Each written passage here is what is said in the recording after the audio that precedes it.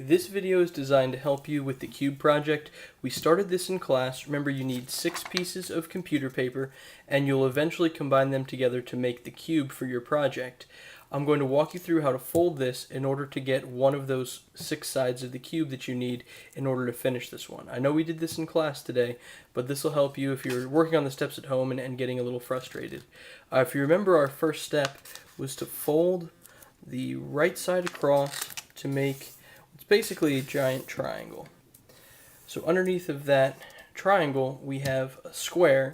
In order to make it a perfect square, we have to get rid of this extra piece at the top. So if we move this one around, we're going to fold this extra piece down until it meets the line at the top here. I know it's hard to see with the paper, but it's going to meet up with that line that sort of makes the one side of our triangle. So if you fold this one back and forth a couple of times, what you should be able to do is like use the corner of a desk or something like that and tear it off.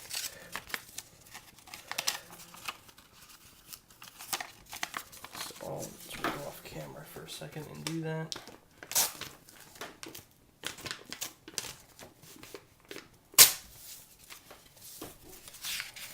So now if you remove that piece, what we end up with is a roughly square piece of paper. Adjust the camera just a little bit for you to help this stay in view. There we go. So we've got our square piece. If you have some torn edges like I have, it's nothing to be concerned about. That's not a problem. Our next step is to actually fold our piece of paper in half to make it a rectangle again.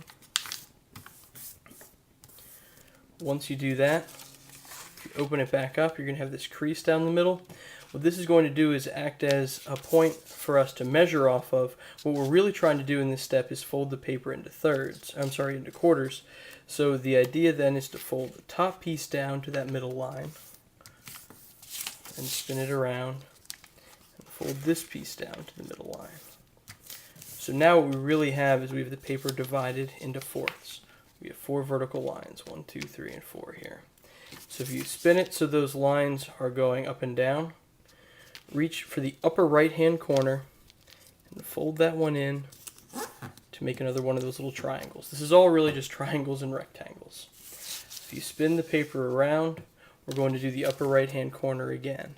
This is actually a very important step. This is one of the things that people screw up every year. If you do this on the left hand corners, it's actually going to mess up everything at the end, and this won't actually work to be one of the pieces that you can use to make your cube. But once you have those 2 corners folded in, we're going to fold this back the way it was before, where we had it folded into fourths. What you have now are 2 different sides. You have the folded side and the unfolded side. What we're going to do is grab the unfolded side and bring that around to make another triangle. Same thing on the other end. So folded side, unfolded side. You bring the unfolded side around to make another triangle. So now we basically have like a parallelogram or something here. This is one of the steps where I'm glad to have the camera. I think this confuses people a little bit. The next step here is to take this tab that you just made and to tuck it under this little pocket that's on the inside. So you slide that inside of there. Same thing with the other side. You have this tab that we just folded over. You open up this inside part. We're going to slide that in there. You'll know you did this right if you have like roughly like an X shape on the front. Remember, this is going to become one of the sides of our cube.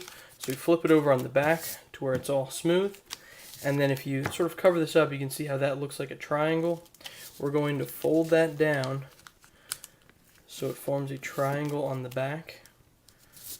And then same thing with the other side.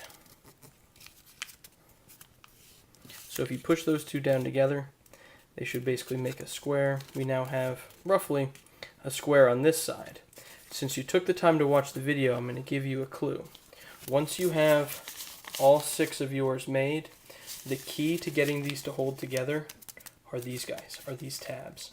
If you can put them together in such a way where all of those tabs disappear, that's when you end up with your cube. The way they disappear is into the front of another piece like that. So you can see where they start linking together.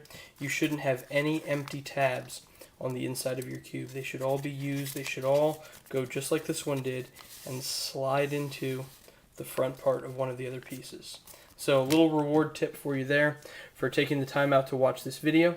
Remember, the idea is to put your cube together and then include 6 things, 1 thing on each side of the cube, in order to use this as a tool to introduce yourself to the class. As always, I appreciate you guys watching, and I'll see you tomorrow.